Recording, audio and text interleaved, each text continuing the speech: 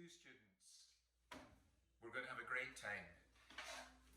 It's Ian Scott. If you haven't done my class before, I know most of you have, I want to welcome you all to the second painting class, which is the advanced class. By the way, my name is Ian Scott, Scott from Scotland, hence the t-shirt, and I come from the top of Scotland, a place called Caithness. So the accent, if you're new to me, is not fake. I am a genuine Scottish person, and I'm going to teach you, so great to have you here. Now, I'm just walking past this, I was noticing it, and I was thinking it would be interesting to talk about this briefly before we start the introduction, because this is actually up near the Bronx. Well, it's actually in Inwood, and it's in the Cloisters Museum, which is part of the Metropolitan Museum. So if you're ever going there, take a look at this thing. It was in Paris, and then it was bought by the rich American Rockefeller, and he donated it to the Metropolitan Museum probably like 80 or 90 years ago, and it's been up there ever since. It's a marvellous tapestry from a series in the Palais de Cluny in Paris called The Hunt for the Unicorn, and they all show these scenes as people go and seek for a unicorn. And I have felt like this unicorn all year since the COVID. I felt like an animal trapped inside a cage or inside this kind of prison, and he's just itching to get out, but he's trapped in there, and there's the unicorn. So that's something that you can go and see, and it's up near you. You're lucky, you know, you've got 2 places quite near you. That's the Metropolitan Museum, which has got masterpieces of art. Some of the greatest paintings in the world are there. And then you've got the Cloisters, which is also in Inwood, which has got this marvellous medieval garden. It's like a monk's monastery with all these incredible tapestries that bring you into the feeling that you're there in medieval France in a unicorn hunt. So we'll go on to the Painting 1 class. So here we are. All of you by now, Painting 2 class, sorry, I'm doing so many classes. So Painting 2 class, you will have received by now an envelope, and it will be something like that. You know, I've painted on the back of this one. And inside is all the information for the start of the classes. So there's a quick schedule, which is hello, great to have you in the class, and that we're going to be doing the anatomy, the skeleton. And you'll have a photograph of this skeleton here. This is him, he's going to be helping me. This is an exact miniature skeleton. It's something like it's like a hobbit skeleton. It's, I think, 1/3 or something the size of a human being, but it's anatomically correct, and even the jaw opens, and all the vertebrae are here. The rib cage has got everything. So I'm going to use him as the model for all this work.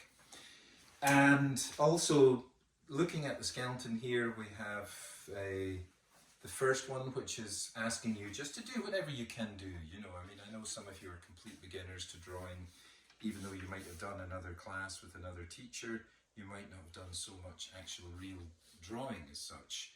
And understanding the inner anatomy of the human being is very important. So looking at this, we go after that quick thing that you do in week 1. And you're welcome to do that this week. You know, if you have a pencil, any old piece of paper, you can use the back of my paper that I sent you if you want, and just loosely find a pencil, any old pencil, and loosely sketch in that skeleton. You know, and let me see what you can do. You know, there I am in 5 seconds.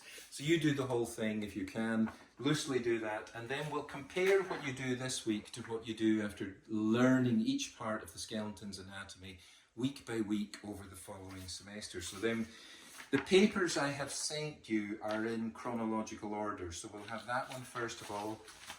Then there's the week where we do the skull. Then there's the week where we do the rib cage. Then there's a week where we do the pelvis. Then there's this femur, which is the leg bone. Then there's the feet, arm and hand, and then finally back to the skeleton that you'll do, which should be a bit better than the one you do at the beginning, although somebody has sent hers in already, and I've got to say, it's fantastic. So, you know, I'm amazed at some of the incredible talent that students bring to doing the skeleton. Once you can master the skeleton, you can do lots of things. It's a very intricate piece of work to look at. There are so many in and out shapes, there are so many angles, there are so many this, that and the others, that once you can kind of like get over the panic of looking at that, and you know, you might either fall asleep or you might go into a kind of nervous panic, who knows what kind of state you'll be in. But if you do it stage by stage by stage, whatever you come to draw again in the future will be easy after you master this. So that's the purpose of this. Once you get all that stuff done, then if you have the list of equipment, it's this, for those students who did my last class, it's the same as the last class. If you have the list of equipment in there, you should probably go and get that box from Blick Art Store in Harlem.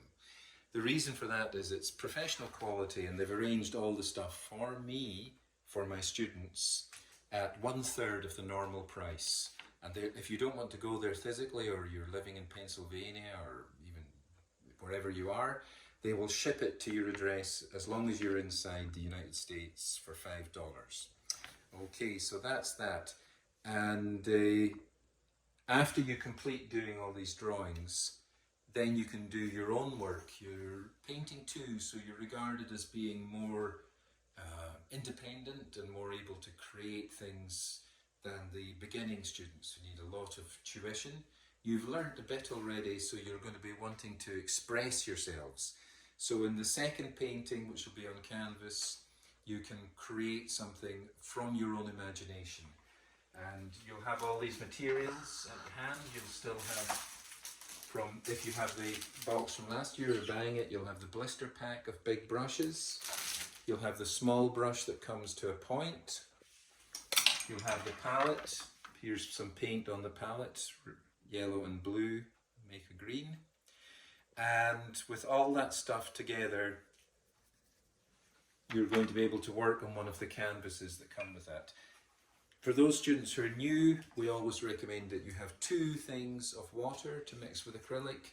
One is for cleaning your brush, which I'm doing just now, so that there's dirty water in it. And the other one, I like these big gallon jugs, but you might not have these. If you don't recognise them, they look like this when they're intact.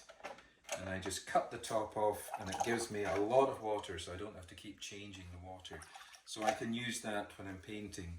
And acrylic is really, you know, if you have oil paint or you have watercolour, I really let people in painting to use whatever they want. If they only want to do drawings, just do drawings. If you want only to do pastels, I had one student who only did pastels, just do pastels.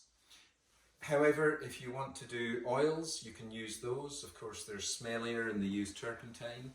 You're welcome to use those. But acrylic are a nice balance between watercolours and oils. You know, you can use them very flexibly, and thankfully they're not too smelly. So you can use them inside your house, and you can use them over the winter as it's coming, and you won't have to have the windows open all the time because they're not toxic at all. So that's why we recommend acrylics.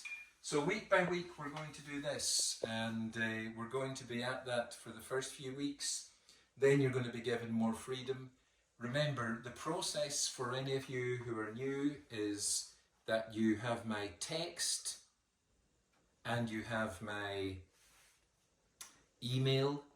When you do the work, text me the image or email me the image, and I will communicate with you. And because it's asynchronous, which means there's no one Zoom class at, say, like Wednesday at 2 p.m. until 3:30 or something like that, because there's no single class, you can contact me any time of the week. Obviously, if you contact me at 3 in the morning, I'll be in bed. I'll get back in touch with you the next day and give you advice. Send me as many images as you like. Talk to me about anything you like. I'm always going to be responding to you ASAP. and I look forward to hearing from all of you. So that's it, we're started.